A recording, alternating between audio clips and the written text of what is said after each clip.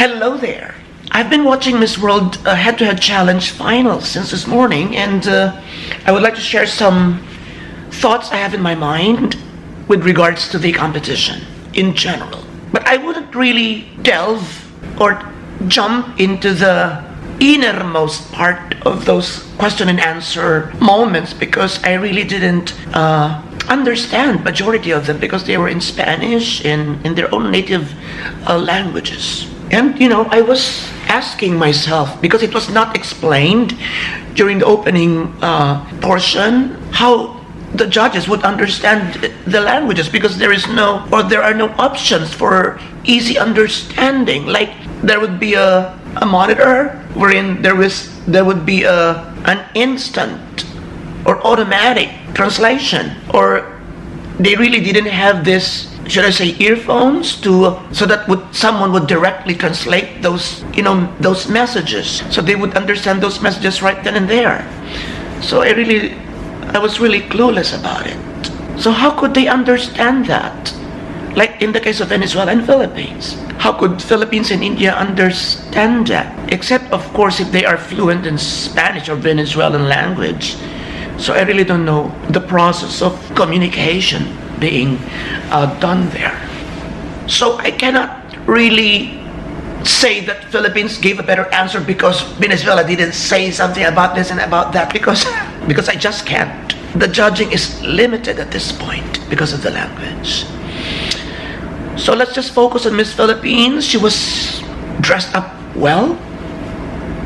I liked it. It shows authority. It projects an image of someone knowledgeable. And just upon seeing her before she speaks, that we would learn a lot of things about her or about the project that she has. And we were not frustrated. I can say it's fair. I cannot say it's unfair because I really didn't understand Venezuela's rhetoric. I'm just wondering, how would Pinoys react if she didn't choose Philippines? You see? So Megan would be bashed unabashedly. So it was really a difficult situation. Same as India and Puerto Rico. If their fellow Puerto Rican and Indian are waiting for their verdict. Luckily for India, she won. I didn't know about Puerto Rico. I would review later. I was surprised with a lot of candidates who shone brightly on stage. Like Miss Myanmar. She's pretty. Who else? Miss Mexico was so elegant. Other surprising finds are Thailand and Trinidad and Tobago. If you have your own choices, please comment it down below. Okay, now, a lot of requests for me to talk about Caterina Rodriguez's Beauty with a Purpose video. So join me in watching this video and let's see for ourselves if it's worth a slot to the Miss World 2018 finals. Let's go.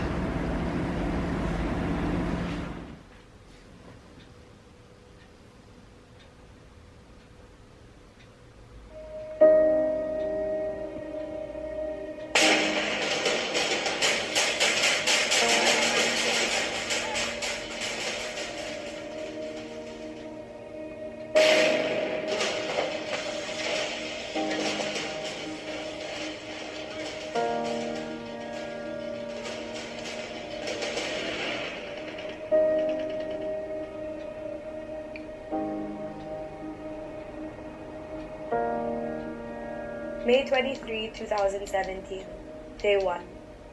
It's painful to recall. They now call the heart of Marawi City Ground Zero, or the most affected area. The siege begins with shootings and bombings. The ISIS free the prisoners, offering guns to those who wish to join them, and setting free those who do not. Day 2. Roughly around 6 a.m. to 8 a.m., the looting begins. 3 major bridge crossings now are occupied by the ISIS. Houses and churches have been set on fire. Day 3. President Rodrigo Duterte declares martial law. Some civilians begin evacuating, while others hide in fear. It's been months since the war has been over. 300,000 people have been displaced, including children. It's literally like a zombie apocalypse movie. I went to one of these model schools in Marawi and interacted with the children. Hosner Saliha. I'm 10 years old. John Roy.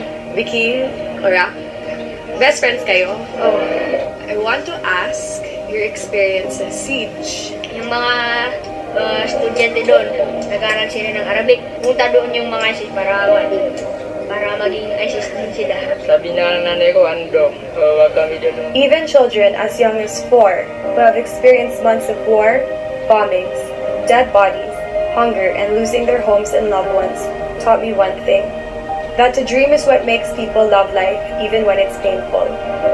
I believe in these children, these growing peace heroes.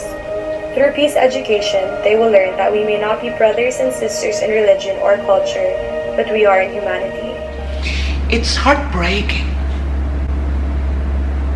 It's so heartfelt that you wish to visit that area that you haven't been to. Yet it is part of your beloved Philippines.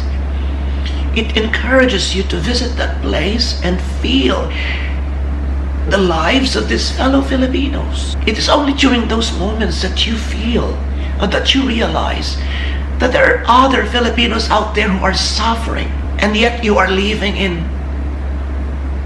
luxury, something to that effect. Now more than ever, after watching this, I now feel more within, the brotherhood, sisterhood thing that everyone always talks about, in commencement exercises, in privileged speeches, in induction ceremonies, everything.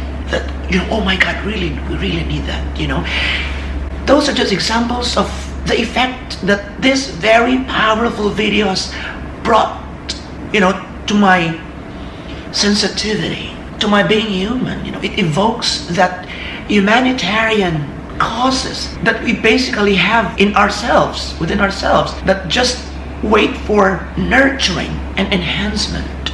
It is riveting. It's as if you're watching a film, an art film, an independent cinema production. It was very real. It was full of emotion. And I particularly liked that part, that my inner self already broke into tears.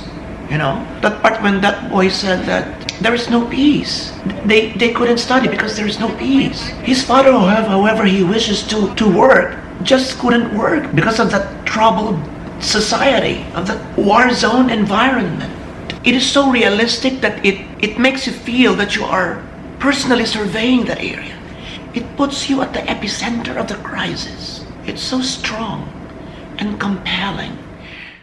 The only setback most probably is that it's a little bit long, and you would almost lost that grip on your emotional attachment to the film. I think it should be the editing should be a little bit fast-paced during the interviews of these children. Like 2 or 3 boys have been, utilized in repeated interviews or in succeeding sequences.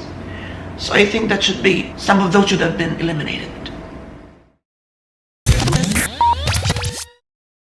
Overall, it gives an impact, particularly the inclusion of this ISIS thing, which would create more emotional participation among the international judges or viewers of that.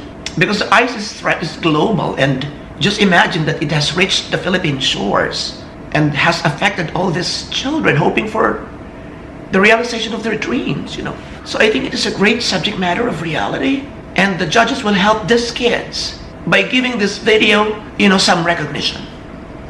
I hope. And Philippines has never won beauty with a purpose.